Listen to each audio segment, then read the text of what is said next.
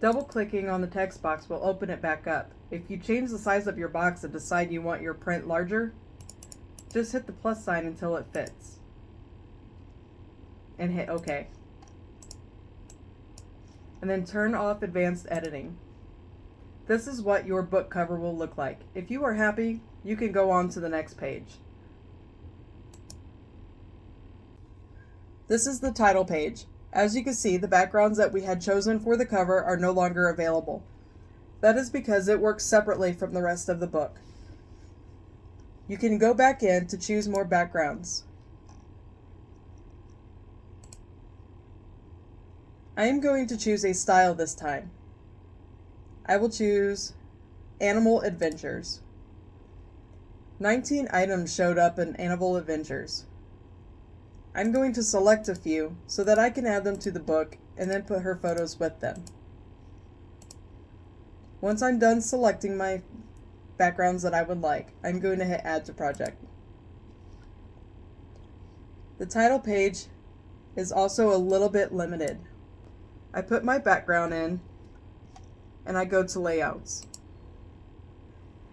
Once you are in your book, you have options on your layouts. You could choose 1 photo, 2 photos, 3 photos, 4 photos, or 5 and more photos. You can also do text and spreads. Spreads will not work on titles as that covers 2 pages. I'm going to choose 4. There are many options available to you initially. If you need more layout options, go to Get More Layouts at the top left corner. You can select the quantity that you would like to put in your book. My title page, I would like to have at least 5 photos. I'm going to use this one so the big photo stands out the most, and Add to Project. If I click 5+ photos, the one that I had selected is up here at the top. When I click it, it will add to the page 1. You can also hide used photos as you are working so that you do not duplicate them in your book. The only time that doesn't work is if you have duplicates in your initial folder where you uploaded your photos.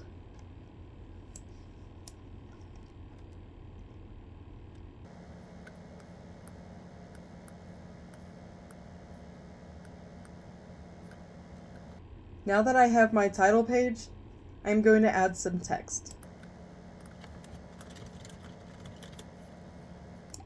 I could change the color so that it stands out and hit OK. I want to add a sticker to this as it looks pretty simple. Go to Embellishments and click Get More Stickers. You could choose between stickers, ribbons, and frames. These options are also available at the top left.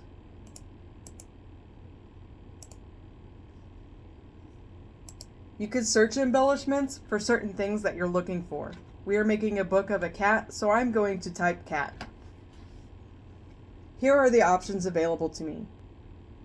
Hit Add to Project when you have selected the embellishments you want to use in your book.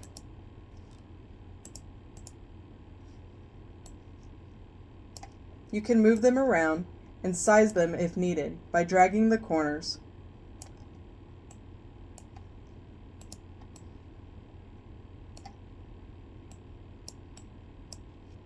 I want to add frames to this page, so I'm going to go back to frames. These options were available on my cover. On this page, I am going to use one of these that are already available. That page is complete. We are going to move on to the first actual page of your book. You now have 2 blank pages in front of you to start your first and second page of your book. There are new options to you. You can now work with spreads. It will ask you if you want to upgrade to standard lay flat. This is a personal choice, and if you cannot decide, you can decide later at checkout. It does not have to be decided as you were making the book. The advantages of standard lay flat is when you use spreads, the book will lay out perfectly flat so that you can see your image. If you do not choose standard lay flat, you will have curvature in the spine of the book, which may pinch the image and make it look incomplete. I'm going to select no thanks. The photo I want to use to go on the spread. This photo will not really work as the line goes right through the cat. I'm going to look for a photo that puts the cat mostly on the right side of the book instead of right in the middle.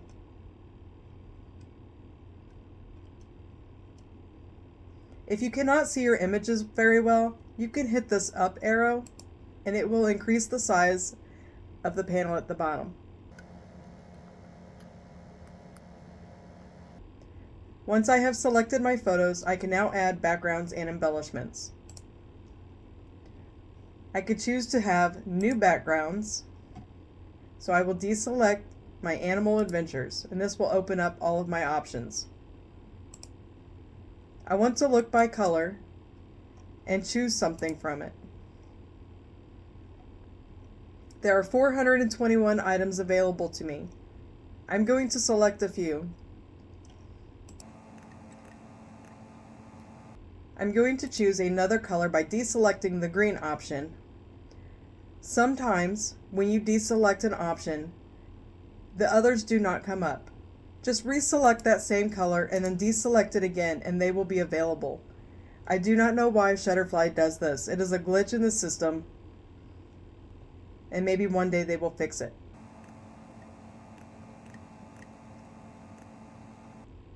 As I am selecting through the colors, you'll notice that I have 8 selected already up here. But if I go in and select purple, I now have 9. It collects what you select, no matter what box you are on. And hit Add to Project.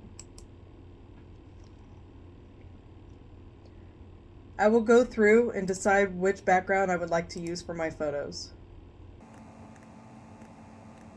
Your background on a spread will cover both sides of the pages. If you do not like that feature, you can go back to layouts and decide to do individual photos instead of a spread. It will minimize the size of your photos, but you will have more control over both pages if you do not want the same background on 2 pages in a row. Another cool option that I have not shown you yet is the storyboard. It is up here at the top. You have Style, Storyboard, Edit, Arrange, and Options. We're going to click Storyboard. When Storyboard comes up, on the right side you have your pages. On the left side you have your photos that you have uploaded. If you do not want to select the layout and you do not want to manually place them in there, you can use Storyboard to quickly add photos to any page. I am going to drag 5 photos to page 3. The next step will be hit Edit again up here at the top next to Storyboard. Now you can see those 5 photos have been added to this page. I do not like the layout, so I am going to choose another one. I could choose one that has been made available to me, or I could choose more layouts and pick one that has not already been uploaded. You can select many options before you hit Add to Project. Just like your backgrounds, they will continue to be added until you are done. And hit Add to Project.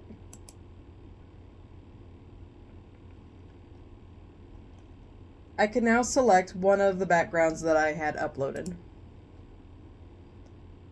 Those photos fit better, and now I am ready to decorate my pages. I'm going to change the background on page 3, so I will select the background on the left side.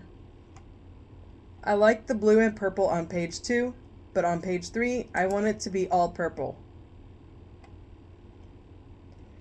On embellishments, I'm going to go to frames. I do not have purple over here, so I'm going to hit more frames and I'm going to find a purple that is similar to the background.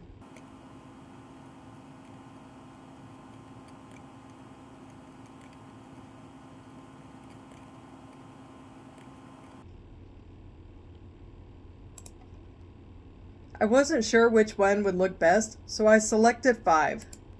Now I can select page 2 and choose which one looks the best. I like this one.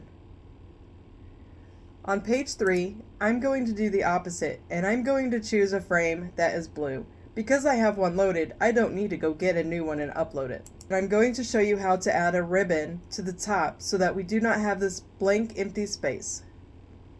On the left side, select ribbons. You have a few options presented to you when you first make your book. Hit Get More Ribbons and more options will be loaded. I'm going to keep with the color theme and I'm going to look at blue and purple ribbons.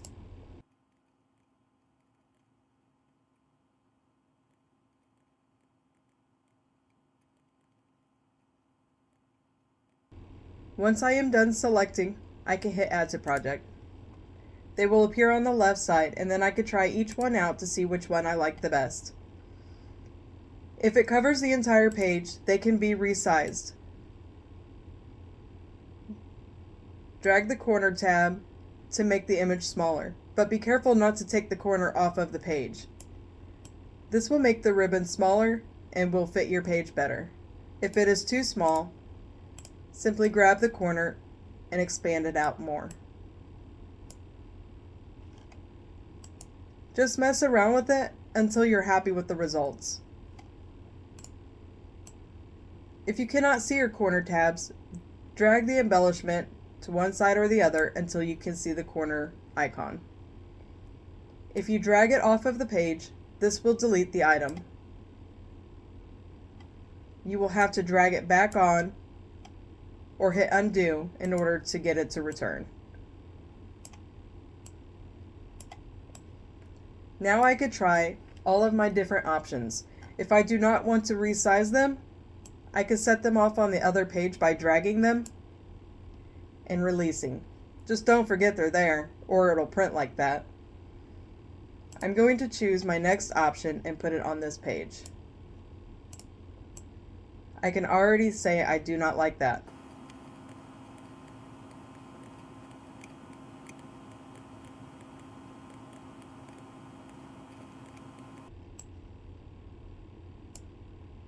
I do not like how this is layered. I would like more of the gradient to be seen, but it does cover part of these images, so I'm going to show you how to bring them to the front. You're going to select a photo, hit Layer, and select Bring to Front. Do this on both photos for them to be seen. If for any reason your photos are not aligned correctly, you could select both of them, hit Align, and align tops, middles, or bottoms. I'm going to select middles. This makes sure that the top and bottom and middle are all aligned correctly. If for any reason your photos are overlapping, you could select the two photos if you want to bring this one back to the left by hitting Align Left Edges, and it will take it back. Or you can hit Undo. I'm going to add another sticker to this. I'm going to put it on page 2.